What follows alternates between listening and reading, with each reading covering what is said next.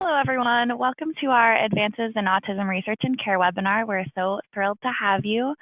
I want to give a few housekeeping reminders. So on the right of your screen, you should have a little dashboard, and it'll allow you to call in, and everyone who's here has done that successfully, so amazing job.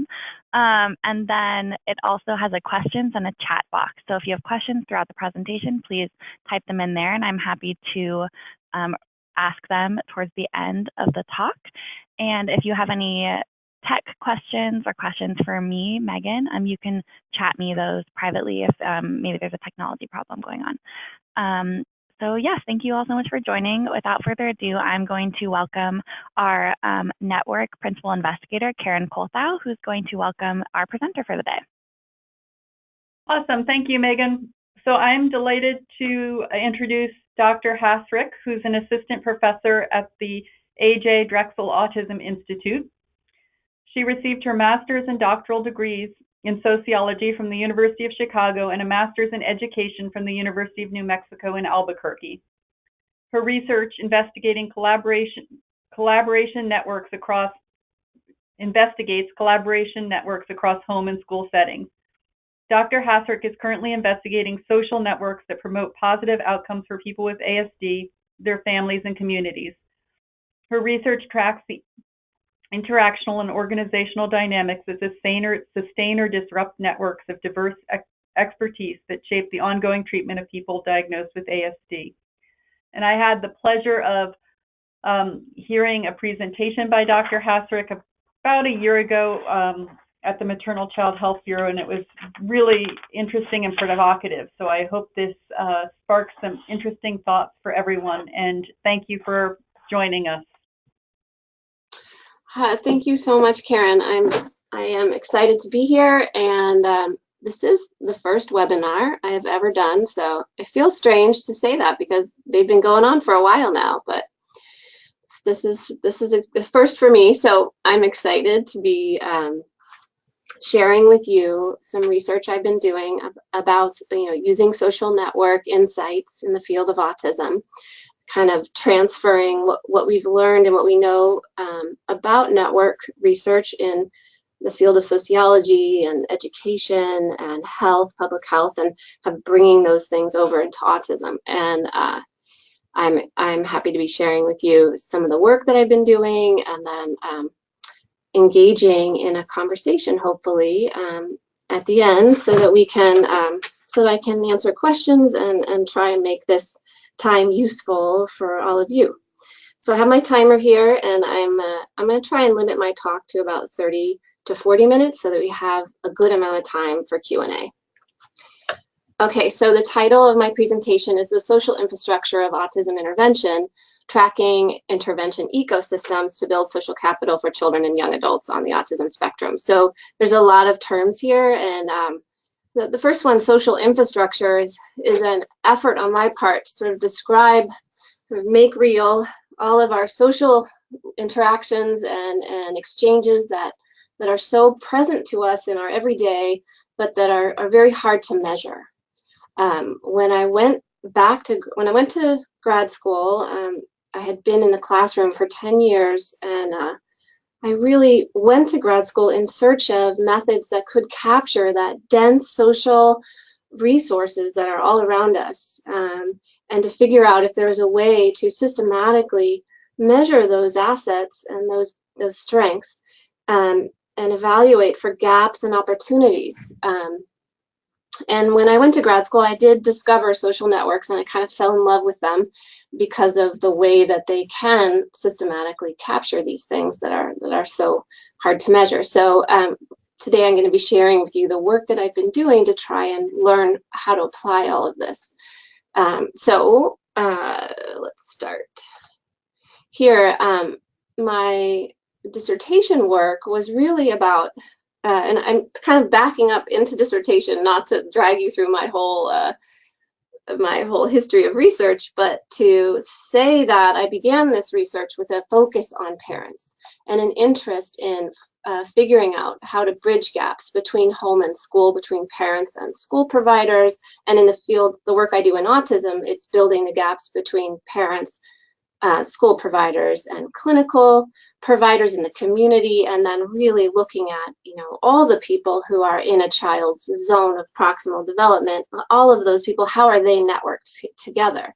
So, and I know that a lot of the work that you guys are doing is to engage parents and involve parents as active partners. So I really wanted to just begin this discussion and look a little bit at this early work on parents, because I think in the end, when I return back to one of the slides that Karen shared with me about some of the work that you guys are doing, you have an emphasis and a focus on parents and helping parents build knowledge and contribute knowledge, and for how parents can be actively engaged. And those are some of the same questions that I came to this work with, is learning how parents learn from each other.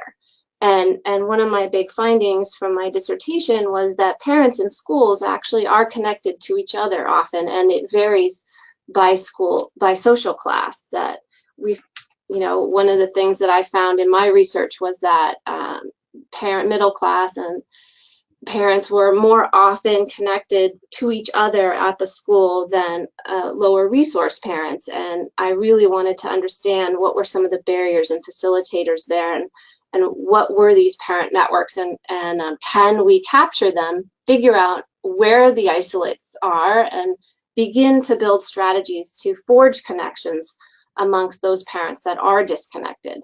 And so I was able to use network analysis to look at the parent network in 2 different urban schools. So in this particular urban school we're looking at here, it's all African American parents that varied by social class. And what I found was that before enrollment, many parents were not connected to each other, but post-enrollment we see a lot of connection. And almost all middle-class parents are sort of forged connections in there, but we also see some parents who were less resourced also connected to these networks. So I was able to do a deeper dive and figure out, how did those connections get forged, and what were the opportunities there for building connections amongst all parents. I also went into a second school and I did this at a different classroom, at the classroom level. So I was able to see that in classrooms, parent networks emerged, and they were differently configured. So in Miss Jones's first grade class, the parents forged networks, but they actually have these 2 different cliques. So I also show these networks at the beginning of a presentation to talk a little bit about how network maps look. So in this network map, all the red circles are parents, and all the lines in between the circles indicate a relationship between 2 parents. So, and then when you use the software and the analysis, I can ask it to place all the most connected people closest to each other. So what you get, it's a Spring embedded algorithm that I run, and what you get is the people who are close to each other, connected to the other people that other people are connected to, cluster, and those that are isolated, you can kind of see they're either not connected at all or they're more peripheral to the configuration. So what you see here at the end of the school year for Miss Jones's class is 2 clusters of parents. And in Ms. Stevenson's class, we saw a very central cluster of parents as opposed to 2 clusters. So we can see that these networks among parents, they vary in structure. And they're different. I also did qualitative interviews and observations and looked very closely at how these networks formed and what kinds of information flowed through these networks, and how, ultimately teachers what they did inside their classrooms were shaped by some of the dynamics that were present in these networks. So my second work, after that work of just trying to understand how parents connect with each other, how they exchange information, how they learn about what's happening to their child in the classroom, and how then that shapes what teachers do, my next work was to look, myself and my colleagues Stephen Raudenbush and Lisa Rosen, we looked in depth at a school model, an ambitious elementary school model that attempted to build networks around every child. So there is a very child-focused approach to the way the entire school was organized. Basically, all the roles in the schools and the configuration of work at the school was to forge these networks among bringing parents into the network of the other providers that were working with their child, and also to try and get parents connected to each other. So there was, and we talk about it in this book that was published a couple of years ago. More recently, I've been published work in the Family, School, and Community Relations and Education Handbook that just came out actually maybe like last month. And this is where I talk more about this autism work that I've been doing, which is to try and map all the people that are providing intervention for a child on the spectrum and what resources they're using to inform that work, what trainings they have, and how they're all connected to each other. So that is really what I'm talking about when I'm discussing the social infrastructure. But ultimately, all of this work is aimed towards what Valente has categorized as 4 different types of network intervention strategies. So although we all know a lot about how to connect with others, and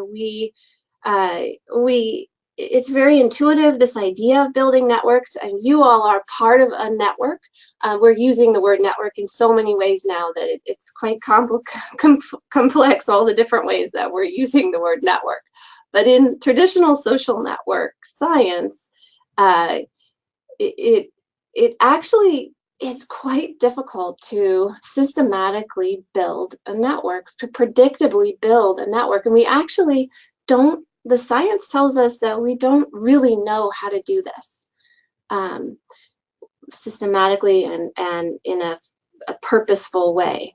So I became very interested and excited about, well, how can we learn how to build networks reliably and predictably for all children on the spectrum, or all young adults on the spectrum? You know, how can we build these networks infused with all of these resources that can change outcomes? You know, how do we do that? And Valente is the leader really in the social network field of trying to apply traditional social network methods to systematically and reliably create interventions, social network interventions that can change outcomes. And he identified 4 different types. This sort of like, you can change individuals. And the example for this is the public health. It's very frequently done in public health, this idea of a public opinion leader or a champion who can diffuse a particular HIV approach or some other public health intervention to their networks and kind of champion this change. Type number 2 is to change groups, which is sort of this is more like, you can't, sometimes to change something, you can't just change one person, you have to change a group of people who are all doing something together. And that's a segmentation intervention. And the third is induction strategies, which is more like a word of mouth intervention, sort of like using our informal networks to spread things word of mouth. This is more like what we see in marketing and other fields that actually have pretty elaborate sciences for how to use something like word of mouth to change things. And the fourth is alteration, and alteration is the hardest one. It's where you look at a network and you try to figure out what to add and what to take away, and we know very little about how to do this. But actually, I figured out that this is what I have been trying to do. So with a young person on the spectrum, what's missing, what needs to be added, what actually might need to be taken away? Are there too many nodes in this network? So these are the kind of questions I've been asking myself, and I have felt like my work has mostly been in the type 4, but unfortunately that is the hardest one to do. All right, so just to start in on the autism work, there are a few studies that look at teamwork and treatment teams, and there have been some initial findings that treatment teams can impact treatment quality and goal attainment. However, these studies have not actually tracked collaboration over time and used evidence to intervene on collaboration events to improve outcomes.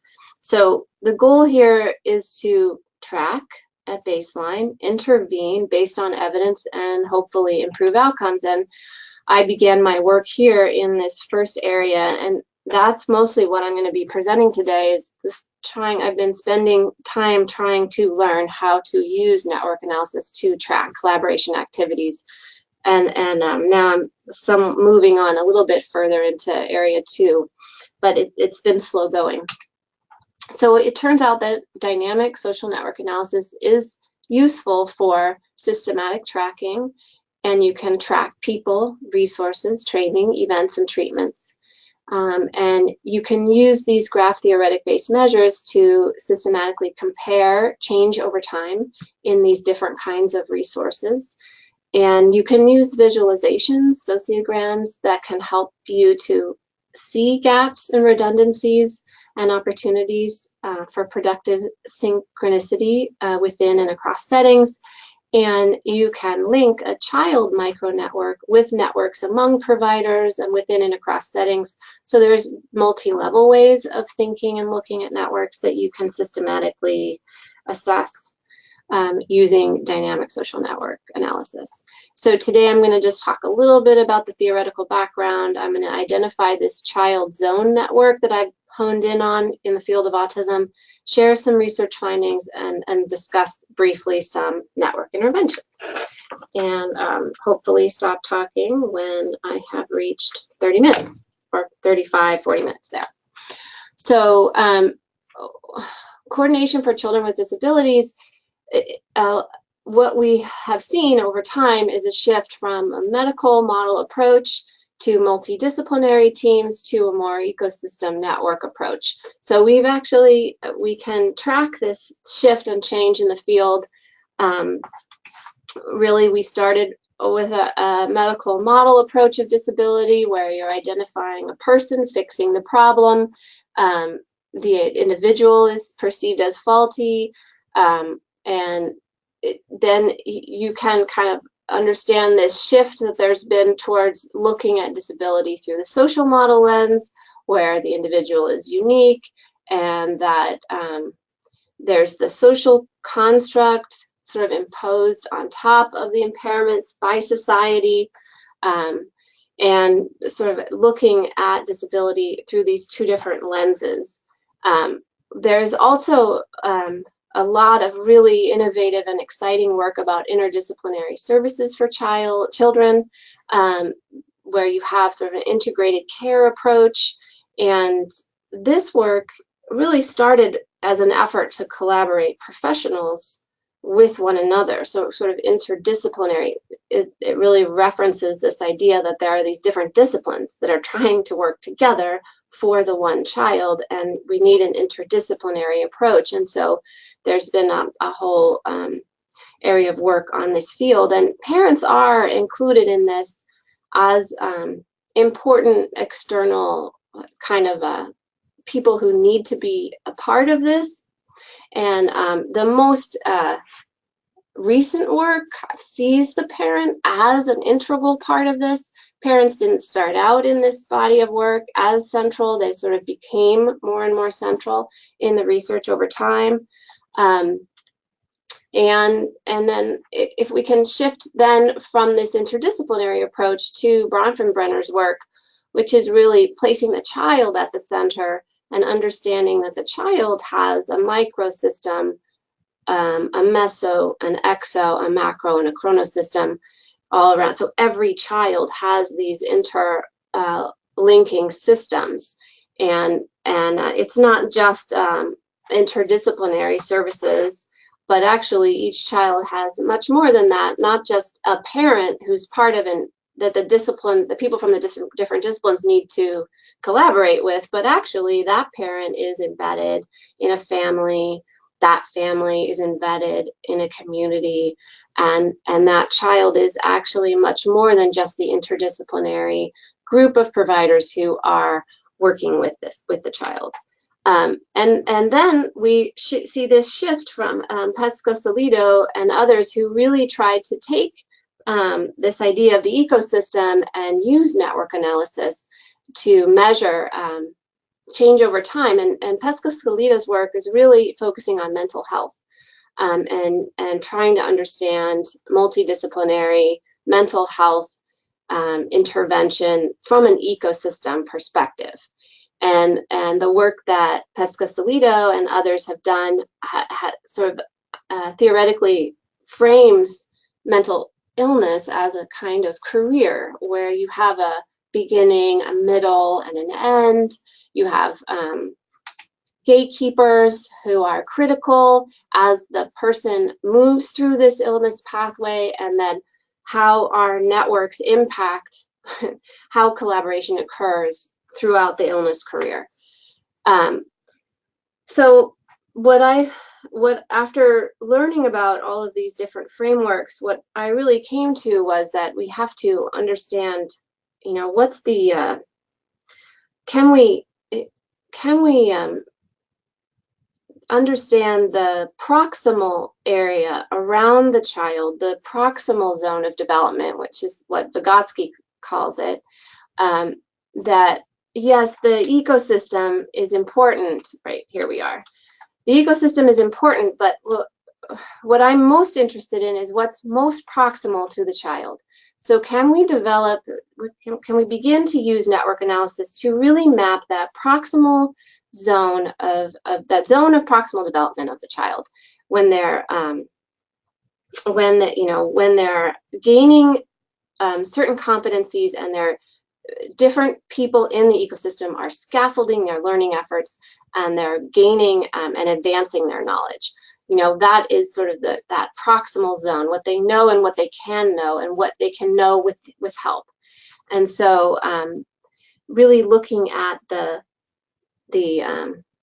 specific social nature and the process by which children grow into the intellectual life all around them, Vygotsky's work. So applying that idea to the child zone, what I did was I outlined out what are the diverse kinds of connections around a young person with autism, who, people who are providing intervention for that person, right in that zone where the scaffolding is being provided, who are providing that scaffolding. And it's usually parents, caregivers, school staff, community providers, neighbors, and family. And what are the contexts in which the intervention is being applied, and what kinds of capital, what kinds of social capital, and that can come in the forms of, training, coaching, knowledge, and opportunities like internships and funding. And then social capital also captures some of our other things that are so essential to our treatment networks, but that we have such trouble measuring, things like trust and safety and belonging and reciprocity. And we can capture some of those difficult to measure concepts using a network approach. So basically, I'm going to share with you a couple different findings. We're moving now into the findings section.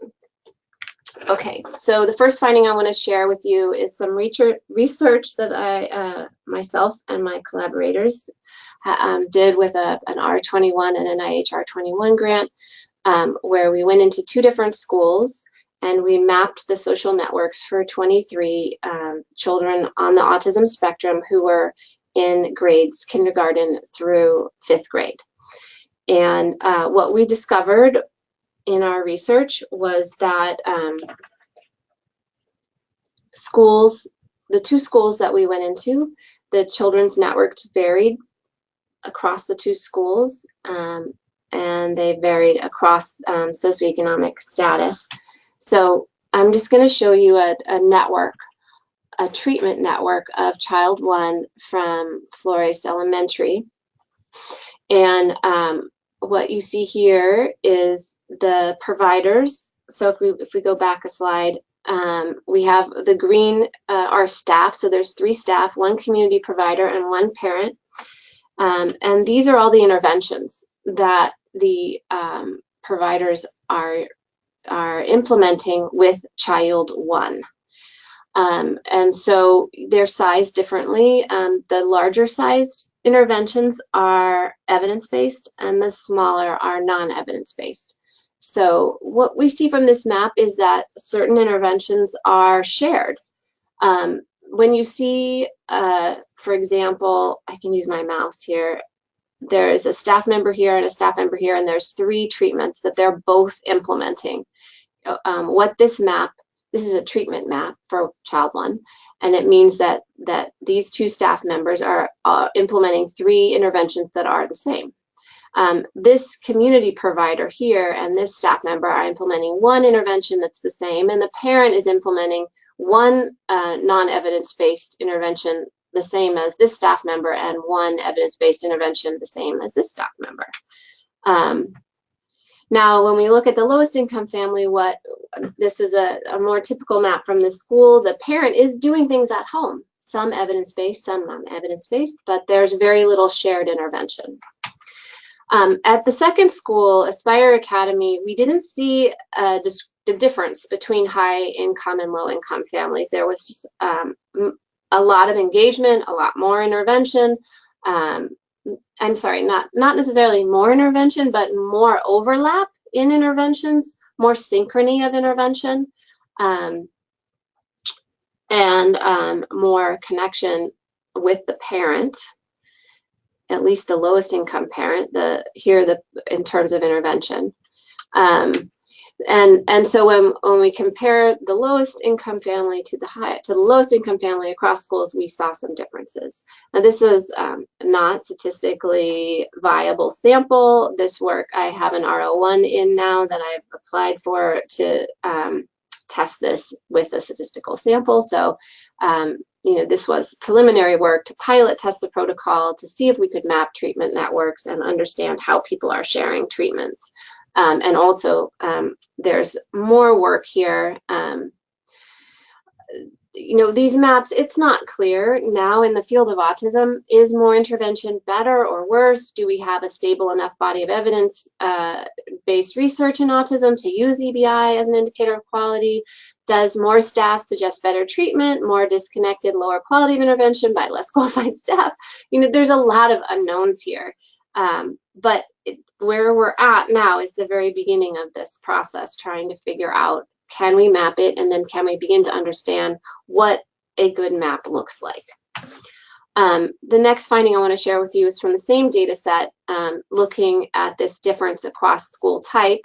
Now, we measured not only treatment networks, but also the connections among the people who were providing treatment and the resources and trainings that those people had. So sort of an ecosystem, the proximal zone of development for a particular child. So here we have LaShawn Brown's, and I call these maps SODI, the Social Dynamic of Intervention. We call it SODI for short, just a quick way to refer to it. So, so here, this is LaShawn's intervention map, similar to the one we just saw.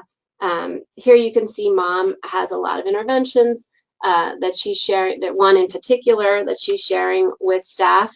And we can kind of see how staff and mom, and the darker black squares are community providers, are the intervention map for LaShawn. But here I added on the collaborations among the parents and the providers. So we can zoom in on that. And you can see that the school people are very connected, and mom is connected to several school people. The way the visualizer works is if mom is connected to someone, it's yellow, and if the school is connected to mom, it's green. So you can imagine in this, there's back and forth. There's yellow going one way, green going another. You could imagine a map where it would be all yellow or where it might be all green.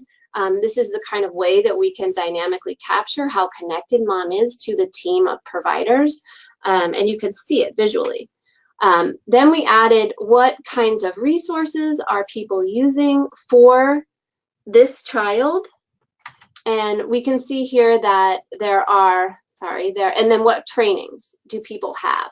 So what this allows us is to see that mom, does mom have resources? This is a base level question. Does mom have resources and training? What resources does mom have? What training has mom been engaged in? And then amongst the school team, we see there's less resource here amongst the school team, but there are some key players in the school team who have a lot of resources, like this person here that I have up my mouse hovering over. And then we can see what kinds of trainings are at school. So then we compare this with Brandon Powell's SOTI. Right away, we see pretty stark differences where mom is disconnected from school, no shared interventions there. Here we start to see how connected are these people collaborating. So mom is talking to the bus aide, but the bus aides are not talking to school, and mom is not talking to school. So we begin to see how communication is playing out in this map for this child. And we can really identify some gaps and opportunities. Here we learn that resources are on the school side, but not on the home side, and training as well on the school side, but not on the home side. So the mapping of these different resources and trainings, and also this engagement that we have amongst the team members themselves and the provision of treatment, we can see the sort of the ecosystem of that. Using the SOTI. So the next thing I want to share with you is this variation in school and parent coordination. So here we take it up a level. We look at how are all the school staff connected to each other, and how are they connected to parents, and how are parents connected to school staff. So this is no longer a child map, this is a school map. So what you see here is at Flores Elementary, you see staff all connected to each other with the parents all peripheral. And then here you see a different kind of configuration where there are these 4 actors in the very middle of this network who are connected to almost everyone. You see parents kind of in the middle level, and then you find a lot of school staff out here on this outer level. And so, you know, really what this map is showing us is that at Aspire, there is a core group of coordinators who are reaching out to everyone. Whereas at Flores, it's just a different structure. It's more a lot of collaboration, and then a few people reaching out to a few parents. So it's a different dynamics at each of these schools of how they're connecting with parents. And then also we found that there were different school models for ASD treatment now in schools. So in this Aspire Academy, they had a differentiated special ed model where they were working to connect inclusion. They were maximizing inclusion. So they had differentiated special ed classrooms, which you can see here in the green. So they had a K2 transition classroom for kids that were in and out of the classroom, moderately supported and a highly supported. But even the highly supported kids spent some time in the gen ed classroom that you see down here. So it was and then there was a pullout, clinical pullout coming from the classrooms here. Then with the Flores Elementary, it was much different than that, sort of a school within a school model where it was a preschool actually, where all the kids with autism were situated in an autism specialized preschool classroom, self-contained. And then there were a few kids with autism that were allowed to continue on in the school as long as they didn't need any kind of in special ed classroom supports, which is really, I didn't understand before I started this study that you could have a model like this in a public school. Both of these were public schools. So how many more models are there? What are all the different types of autism delivery in schools? We have a lot more research to do to find that out. The next thing I want to show you is the next round of research that I did, which is looking at transitions. So we looked at, I'm working in ARB3, which is Connie Cassery is the lead PI at UCLA for this work, and we're developing a Building Better Bridges intervention to help families, low resource families who have children on the spectrum, to help them to have more successful school transitions from, for example, from pre-K to K, from middle school to high school, even from elementary to middle school. How can we build a support to help these transitions go more smoothly? So we did an observational pilot to look at what these networks look like pre and post transition. So what I'm sharing with you now is some variation we found in those networks pre and post transition. So we had 4 types. Type 1 was dense to sparse networks. So we have team 6 and team 7 here. So what we see in team 6 is a dense network pre-transition, and then a pretty sparse network post-transition. And again, this is the proximal zone, you know, all the interveners around the young adult, or well, this person was going from middle school to high school, so the young person. And so the same with team 7. You see kind of a pretty dense team moving to sparse. Then our type 2 was moderate increases in connections from pre to post transition, where we see some connection in pre and some connection in post. Both of these from this observational study turned out to be elementary to middle school. And you can see one thing they share, these two teams, is the parents are not very central in these networks, these transition networks from elementary to middle. Again, we also found this third type, which is large teams, both pre and post. And what these two teams share is a child on the spectrum that has a lot of behavioral issues. So it's pretty amazing to think in a way that there is so much activity around the child in the pre-zone, and then all those people are almost completely new. When you look at all the identities, except for the home people, these are all new providers. An entirely new network emerges post-transition. It's just really looking at it from this lens, you can see all the collaborative work that happens before and after for these two teams who have children with a lot of behavioral issues. Then we see sparse to dense networks. That was our fourth type, where we have a sparse network in pre and then a denser network in post. So really this work contributes to this idea of like, how do we track, can we track these things over transition? And ideally, if we can hover over these, we can start to help pre and to build the right or the best pre-transition network that gives us the most supportive post-transition network for the child, and really trying to use these measures to figure out what are the gaps and opportunities for that.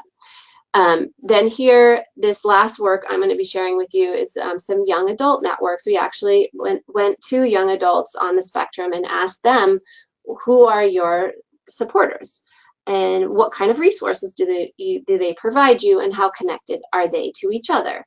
And one of our findings here was that these networks vary by gender. And again, all these data sets I'm sharing with you are very small end data sets. They're allowing us to see how this work can be done with networks, and to just carefully move to what are our next set of hypotheses so that we can test these ideas with a statistically viable sample. So what we have here are preliminary, pilot data about how these networks varied by gender.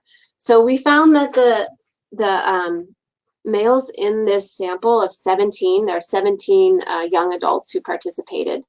The males in the sample had high density family networks, really connected networks among family. The females had connected family networks, but they also had community members and friends included in their support network. So they had this more mixed. And then our gender nonconforming, of which we only had 2, one of them resembled the female networks, and the other was all friends. So just something to try to think about and understand is the difference between gender nonconforming and female and male. This is a longer description of findings that we can talk about in detail later if we have Q&A for that. And lastly, I wanted to just touch on interventions. I know I've tried to talk about it throughout the talk, but in my last 5 minutes, I just want to spend a little bit of time talking about what an intervention could look like and some thinking that I've done about it. So if we're looking at school, this is a mock-up of the Aspire Academy data. Just imagining, everybody wants a dashboard these days, but it's kind of exciting to think about a dashboard with network analytics, and how could we use network analytics to help a school build its capacity to serve children on the spectrum, and how can it know what kinds of interventions that it's doing for the children that it's serving. Every yellow dot in this tiny little network is a child.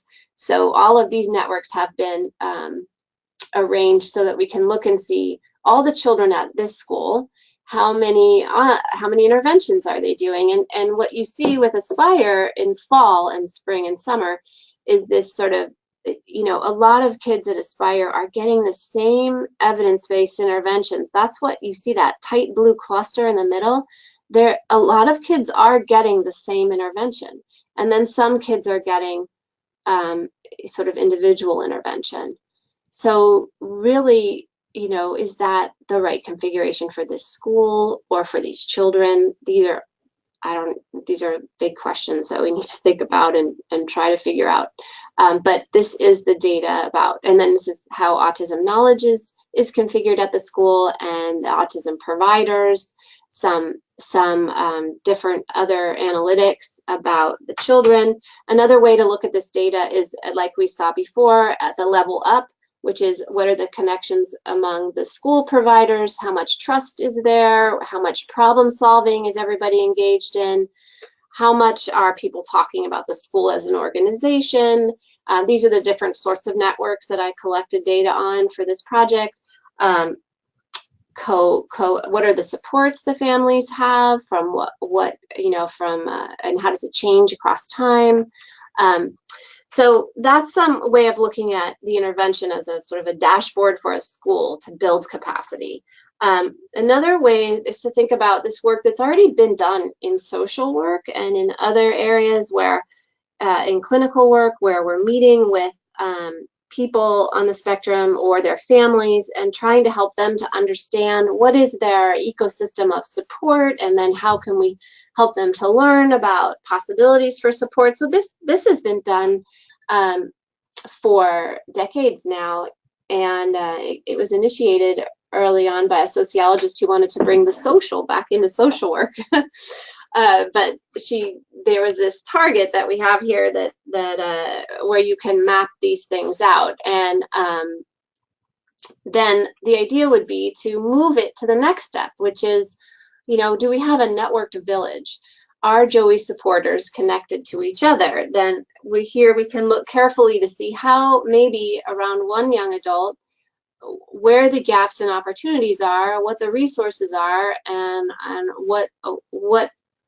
how can we begin to understand that fourth type of intervention that Valente asks us, that alteration of a network, the adding and subtracting that's so hard to do. Can we, through this careful mapping, can we figure out how to do that kind of work?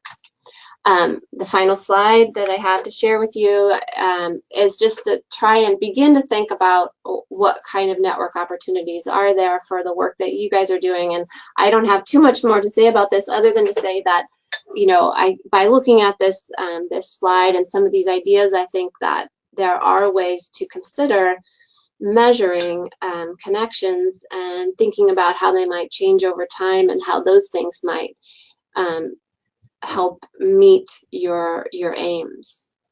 And I think I've hit my 40-minute point, so I am going to say thank you very much for allowing me to share this work with you today, and I look forward to your questions. Thank you so much, Elizabeth. That was wonderful.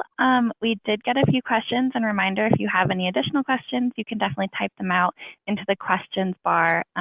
Usually your dashboard is on the right side of your screen. Sorry, so one of the first questions we got was, do we know which types of networks work best for individuals or groups? Does it vary based on any individual or group characteristics, or do we just not know this information yet? In the field of autism, no, but I do think in the broader field, we have some ideas about what matters in networks and how to build better networks that can achieve, outcomes. So, for example, in the field of business, there's been a lot of work done by MIT at the Media Lab there, and by Sandy Pentland, where they've been badging people in businesses for like 10 years plus. And for them, the bottom line is dollars, like, do these teams make more money? And they were able to determine that there are 3 features of teams that are highly successful. And they all have basic network intuitions behind them. One is that a team where only a few people contribute, those are those have lower performance.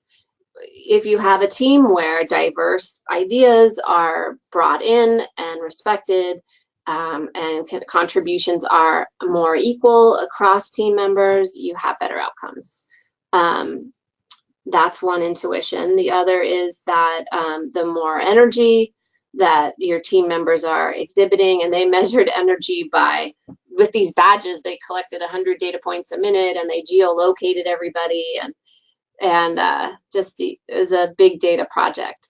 And by energy, they meant they sort of measured people's tone of voice and their vocal, like how much talking that they did, and sort of their kind of engagement output is the way that I understand it. And so high engagement output also is a predictor of success for teams. And then there was this maybe non-intuitive idea that interacting across teams is also, so if you had a team that had a lot of connections with other teams, you saw higher success.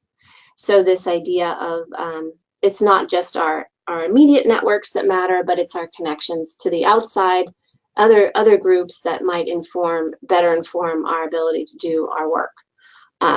So that's just one example of some configurations that do predict success. But I think in the interdisciplinary work, although network measures haven't been used in that work, there are key insights about, one key insight from the interdisciplinary work is that you need one person to basically be the gatekeeper, or the speaker, the person who brings together all the integrated ideas and then guides the delivery. So this idea of a centralized actor, that we can't have everybody acting, you really need to focus the network and create a key actor. And then also this other key importance in the interdisciplinary work is that you need to involve the parent. And that connection to the parent is also critical. But there's not been network analysis done to sort of show who the parent is connected to, which connections matter. There's a lot of open questions there. Some other key insights come to us from the education literature, work done by Ken Frank at Michigan State and Tony Breik at Carnegie Foundation, and Cynthia Coburn, who I think is at Northwestern now. That body of work was really looking at how teachers, how to get teachers to do better, right? So everybody wants to change what teachers do in their classroom. And one of the big insights from this work is that when teachers talk to each other, they gain knowledge about how to do difficult things. So for example, if you want a teacher to implement a reading instruction or a particular math curriculum that the state is mandating, if those teachers have informal networks and advisors and mentors that they can pull in and problem solve what's going on in their classroom, really local specific problems that they're having, if they can engage other people who they consider to be expert, their ability to implement sort of a complicated math curriculum or a really specific reading curriculum is much greater when they have these links with other experts. So really that work is about the diffusion of expertise through networks to shape and change what teachers do in their classroom. And so one of the key insights that Ken Frank brings us with his work is this idea that there are, more connections don't necessarily mean a better implementation. Really what he found in his work was that if you have kind of key actors who everybody is going to, the messaging is much more consistent. What really dilutes an implementation process is where you have messaging, very diverse messaging coming from many different actors, and then the teacher is confused. There's too many different things that are being told to them they cannot implement with fidelity. So when you have a very strong, well-qualified key actor who can diffuse the expertise, that actually does matter, but people have to be connected to that person. The configuration of that network has to be focused around that key actor. So that's another insight there. Another body of research is straight social network theory, recently been done about the diffusion, when you try to change behavior. So you want to stop someone from eating bad food, or you want to start an exercise regime, or you want to have a behavioral change from a person. There's a lot of really interesting research now in the field of social networks about what kind of network configuration diffuses a practice or a behavior. And this work is Santola and others have been focusing on this work, and what they found is that you have to have, they've explained that there are different kinds of diffusions. There's complex, when you're trying to get someone to change a very simple behavior, you don't need a really complicated network for that. But when you're trying to get someone to change something like what they eat every day, a really hard change, a really difficult behavior change, you have to have a pretty complex bridging network where the person who's trying to change the behavior can know people who are promoting this change and who have already made this change themselves. And so you have these bridging ties, and then you also need support. The person who's trying to make the change, they also need to have a network too. So the insights here are bridging and bonding. So you don't just need these bridging ties where you get this new thing to do from people who you didn't know before are giving you new information about this new behavior, but you also need people in your own network who are also doing the new behavior. So bridging and bonding to really change behavior like that. So that's sort of the science here. Now, how do we apply this to autism in a complex field like autism? That's harder. We do know from the irritable bowel syndrome, the IBS, there's a really amazing network I think you guys all know about. It's called Improve Care Now. They actually are trying to create networks of sharing expertise among physicians, but also connecting across the providers who work with a particular youth who has IBS, and have them all share a certain treatment focus for that youth. And so to me, I feel like that's the most exciting work that's been done in the field of child trying to create networks around children. But I don't yet see a systematic, like, this is the winning network. I don't think we're quite there yet. That was a long answer. That's okay. Thank you so much. It was very thorough. Okay. Another question we got was if you have any insights on why there were sex differences between network density in one of the finding slides that you mentioned. Yeah, I just got funded. I have two areas of funding now to look at young adult networks. So I'm excited to get more data to talk more about this, but or to know more about this. But one important thing to know about this sample is it was mostly high functioning young adults with autism. So all of them had, or most of them had, 82% had any kind of college ever. So we're looking at, a population of 17 young adults who have been engaged in post-secondary schooling at some level. And there's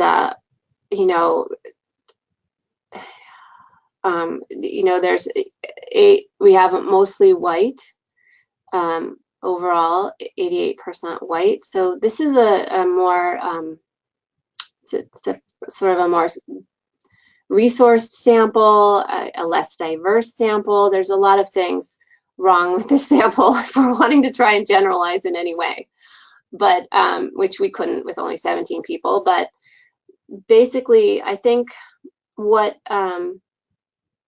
we're seeing is the males in the sample were younger, 21 on mean, as opposed to the females, which were 25.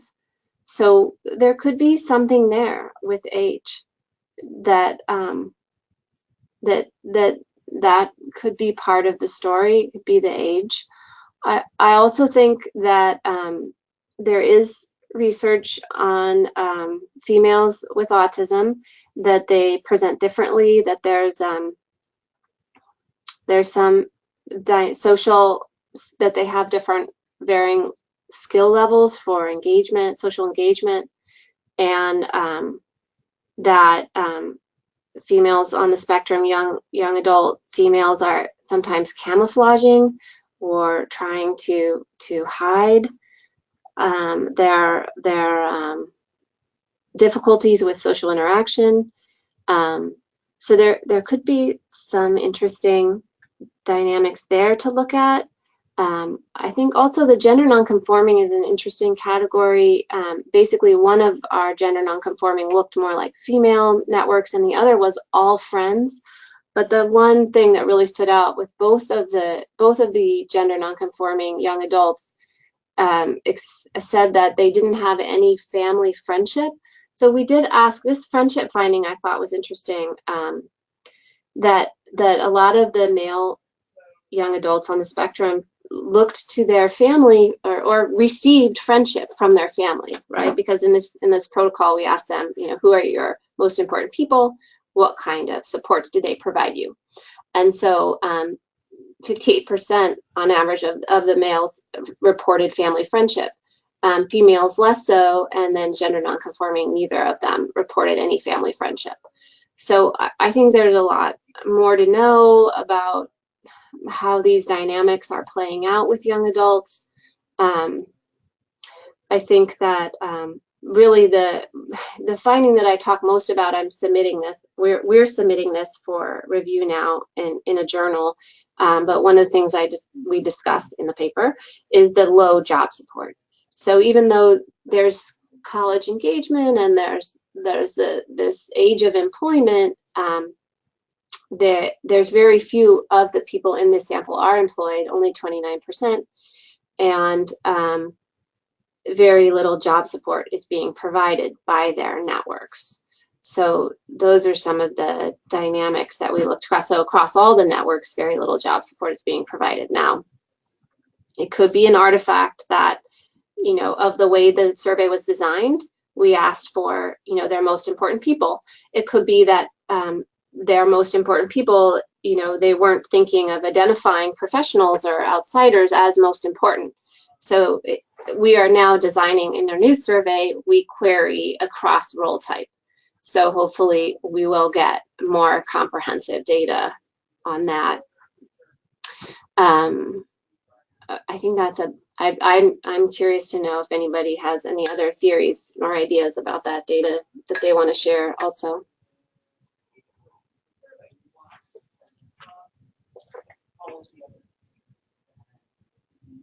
Thank you so much, Elizabeth. If people do have thoughts or additional questions or suggestions, if you wanted to email me or the email that sent you the reminders for this call, we can definitely put you in contact with Elizabeth or try to answer those questions ourselves.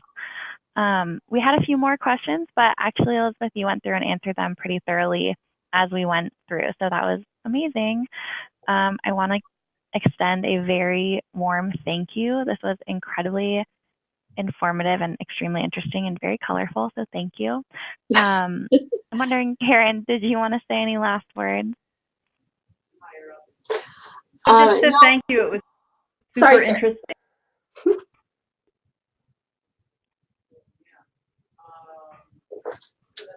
Great. Okay. Thank you so much, everyone. This recording will be put up on our network YouTube page. And if you have any questions about the webinar series in general or for Elizabeth specifically, please don't hesitate to reach out. And we hope to see all of you next month as well.